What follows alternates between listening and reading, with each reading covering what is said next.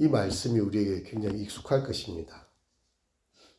왜냐하면 시편 53편에도 거의 비슷한 시편이, 내용이 거의 비슷한 시편이 등장을 합니다.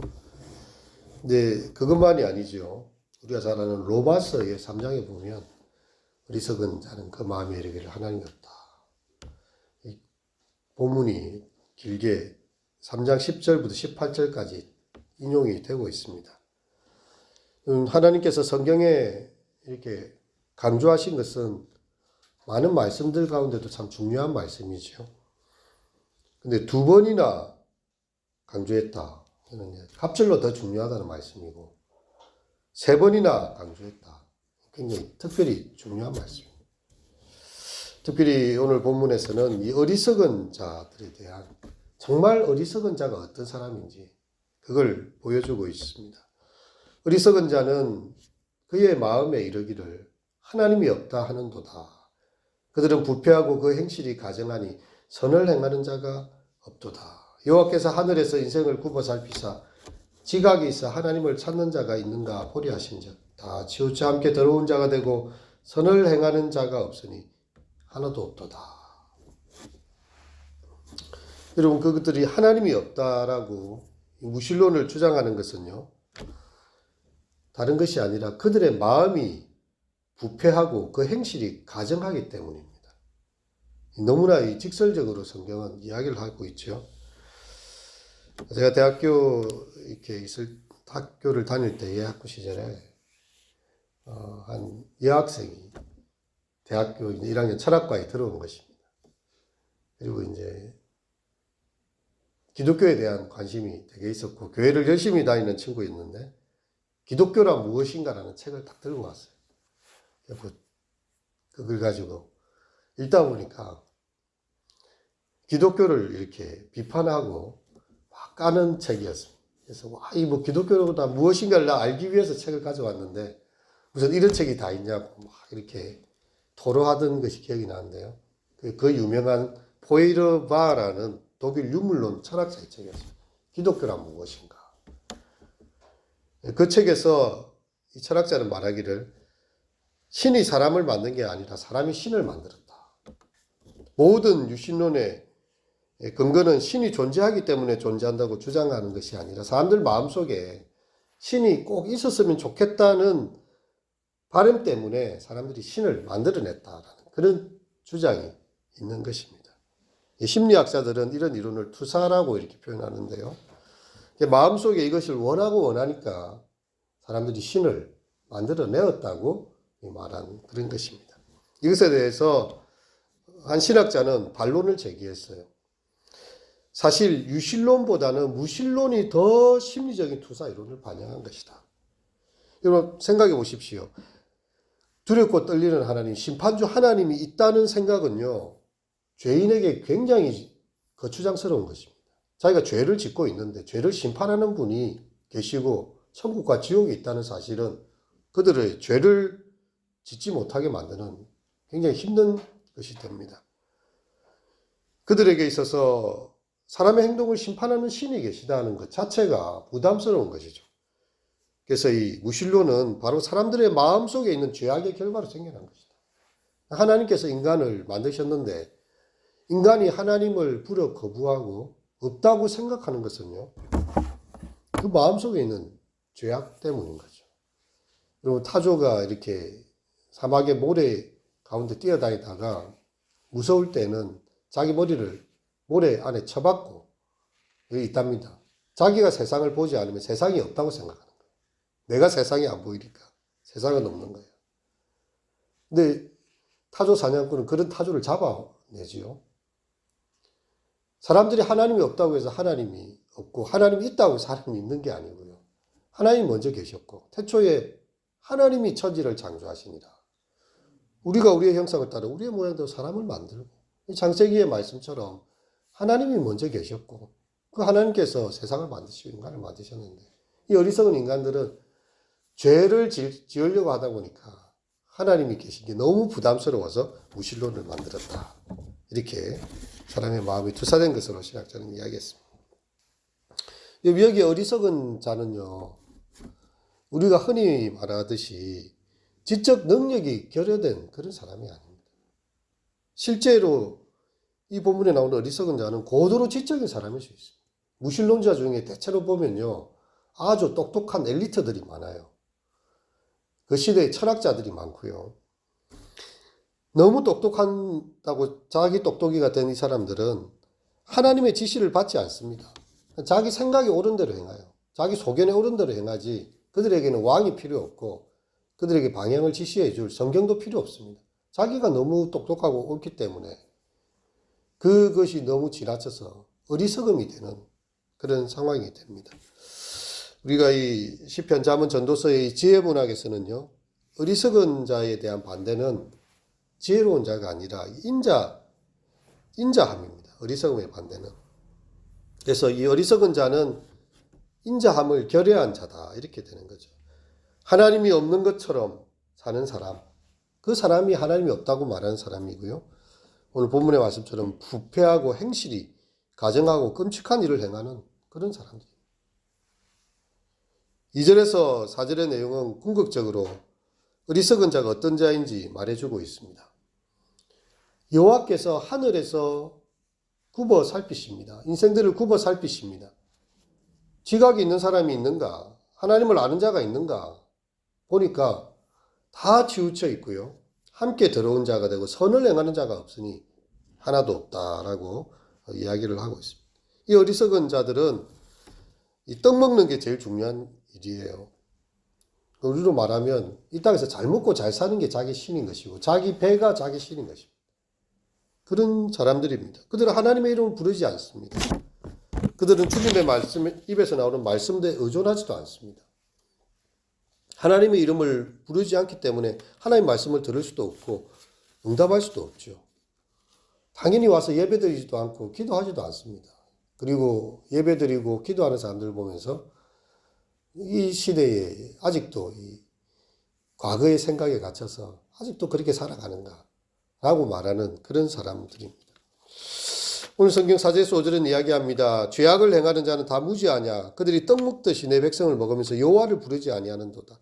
그러나 거기서 그들은 두려워하고 두려워하였으니 하나님이 의인의 세대에 계심이로다.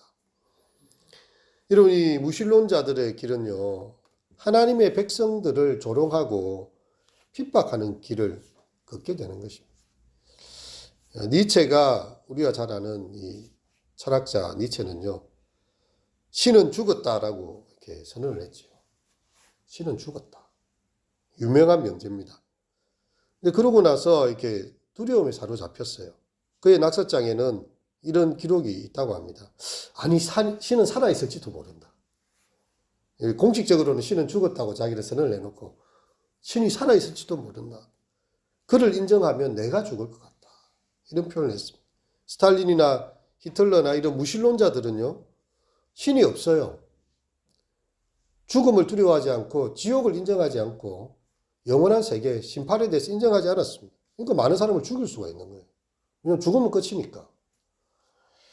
근데 오늘 시편 기자는 말을 하고 있죠. 그들이 마치 떡을 먹듯이 내 백성을 먹고 있다.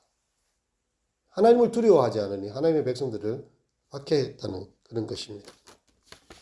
이제 6절에서 7절에 보면 반전이 일어나고 있습니다. 너희가 가난한 자의 계획을 부끄럽게 하나 오직 여호와는 그의 피난처가 되시도다. 이스라엘의 구원이 시온에서 나오기를 원하도다. 여호와께서 그의 백성을 포로된 곳에서 돌이키실 때에 야곱이 즐거워하고 이스라엘이 기뻐하리로다. 이 이스라엘 백성들의 삶, 하나님의 백성들의 삶 자체가 무신론에 대한 반증입니다. 우리는 때로 무신론자들에 의해서 그리스도인들이 모든 것을 뺏길 수도 있어요. 힘겨워질 수도 있습니다. 그들은 오직 하나님을 의지하기 때문이죠. 로마 시대에 기도의 박해 시기가 있었습니다. 콜로세움 경기장에서 그 많은 그리스도인들이 사자의 밥으로 몸이 찢기면서도요, 하나님을 찬송 부르고 그리스도를 부인하지 않았죠. 우리가 잘 아는 폴리박 같은 이렇게 초대 교부도요, 이렇게 이 사람의 성품이 너무 뛰어나고 참 존경스러운 사람이니까 이 로마의 주의관 장교가 그런 이야기 했습니다. 우리가 뭐 이렇게 명령 때문에 로마 이 황제 명령 때문에 당신을 잡아서 데려가지만 당신은 너무 성품이 고결하고 참 내가 고개가 숙여지는 사람인데 제발 이 마차를 타고 가는 동안에 황제의 상을 향해서 그냥 고개만 살짝 끄덕이게 하시라고 황제를 존경하고 숭배한다는 이렇게 하시라. 그러면 당신의 목숨을 내가 살려주겠다. 어떻게 당신을 내가 죽일 수 있겠냐. 폴리갑이 그렇게 했지요. 내가 80년 넘는 동안 하나님이 나를 한 번도 부인하신 적이 없는데 내가 지금 와서 하나님을 부인할 수 있을까? 그러면서 이 사형대의 이슬로 사라지게 되었습니다. 초대교회 성도들은 그 믿음이 목숨과 맞바꾸는 정도의 큰 믿음이었던 것이죠. 폴리갑만이 아니라 그 수많은 그리스도인들이 그 죽음의 사형대에 올라갈지언정 예수님에 대한 신앙을 부인하지 않고 도리어 순교를 가장 최고의 미덕과 하나님 나라에 들어갈 수 있는 최고의 것으로 이렇게 여기는 그런 모습을 보면서요. 로마 철학자 키케로가 한 말이 있습니다. 나는 나의 철학을 가지고 있고 기독교 신앙을 반박할 수가 있다. 하지만 저들의 삶 자체를 내가 부인하거나 그 죽음을 부인할 수가 없다. 그들은 자신의 삶과 죽음으로 저들이 정언하고 있는 그리스도를 어떻게 내가 부인할 수 있단 말인가. 무신론에 대한 가장 큰 반증은요. 이론적으로 하나님 이렇게 살아계실 수밖에 없지 않느냐. 원인의 원인을 할아버지 찾아가면 결국 궁극적인 부동의 동자, 모든 것을 움직이게 하지만 그것을 처음 시작하게 하신 그분이 계시지 않겠느냐. 이런 이론적 반증으로서 그 사람이 무신론에서 유신론으로 들어오는 게 아닙니다. 물론 이제 철학적으로 보면 분명히 신이 있어야 그 다음 인간이 있겠고 이렇게 생각할 수는 있겠지만요. 하나님을 의지하고 인생의 고난과 핍박 속에서도 살아계신 하나님께 소망을 두고 살아가는 삶, 그것이 가장 강한 반증입니다. 이효린 교수가 굉장한 무신론자였거든요. 한국의 지성입니다. 일본에서는 한국의 지성하면 이효령 박사를 꼽을 정도입니다. 근데 2007년에 갑자기 회심을 하게 됐어요. 그렇게 무신론주의자였고 그가 대학자였고 이런 사람이 세례를 받게 되었습니다. 근데 그 이야기를 들어보면요. 이제 자기 딸이 아프고 막 이런 상황 중에 이 한인교회 외국에서 이제 가게 됐는데 어떤 목사님이 나오셔서 이제 간증하고 이야기를 하는데요. 이 목사님 삶에 그 엄청난 어려움들과 삶의 고난들이 있는 거예요. 또 자기 같으면 그런 하나님을 믿고 싶지 않았을 것이고, 왜 하나님께서 저 사람을 고난에서 빨리 안 건져주는가. 그리고 하나님을 믿고 있는데 왜 저렇게 고난을 당해야 되는가. 그런 하나님을 안 믿는 것이 당연하지 않느냐. 현실의 문제가 해결되지 않는데 끝까지 저렇게 믿음을 붙잡고 있어야 되느냐 생각이 될 수도 있었는데 한편 보니까 진짜 하나님이 살아계시지 않다면 어떻게 저런 고난 속에서도 저렇게 당당하게 하나님 말씀을 전할 수 있을까. 그 한 사람의 삶을 보면서요. 그가 수많은 철학책도 있고 아마 신학책도 읽고 뭐 많은 변증책들도 읽었겠죠. 그거에 대해서 설득당한 게 아니라 한 사람의 삶의 모습을 보면서 분명히 뭔가 있다. 저기에는. 뭔가 있다. 그렇게 해서 그가 지성에서 영성으로 넘어오게 되는 중요한 계기가 있었다고 그 책에서 적고 있습니다. 우리가 이 새벽에 나와서 기도하는 것, 그게 바로 하나님 살아계신 증거죠. 내가 고난과 핍박 중에서도 하나님에 대한 이름을 부르면서 끝까지 신앙을 지키는 것. 주변 사람이 볼 때 그것이 바로 신앙의 증거고요. 그것이 하나님의 살아계심을 나타내는 것입니다. 이 시는 명상에서 시작됐습니다. 어리석은 자는 그의 마음에 이르기를 하나님이 없다 한다. 비탄으로 변한 시였습니다. 죄악을 행하는 자는 다 무죄하냐. 그들이 떡 먹듯이 내 백성을 먹으면서 하나님의 이름을 부르지 아니한다. 하지만 구원에 대한 찬양으로 끝이 나고 있어요. 이스라엘의 구원이 시온에서 나오기를 원하노라. 이스라엘이 기뻐하리로다. 어리석은 자들의 행위와 그 억압적인 어리석음으로부터 구원해 주시는 하나님께 찬송을 드리고 있는 것입니다. 시온산은 하나님께서 그의 백성과 함께 하심을 상징하는 것이죠. 이스라엘의 구원이 시온에서 나오기를 원하노라. 이제 그 시온산으로부터 하나님의 은혜의 시연자, 주의 은혜의 보좌로부터 하나님의 응답이 올 것입니다. 그러므로 우리가 때를 따라 돕는 은혜를 얻기 위하여 은혜의 보좌 앞에 담대히 나아갈 것이니라. 이 새벽에 주님의 요청을 얻기 위하고 하나님 앞에 나온 사랑하는 성도님들 주님께서 응답하시고 회복케 하시는 귀한 은총이 있으시기를 바랍니다. 기도하시겠습니다.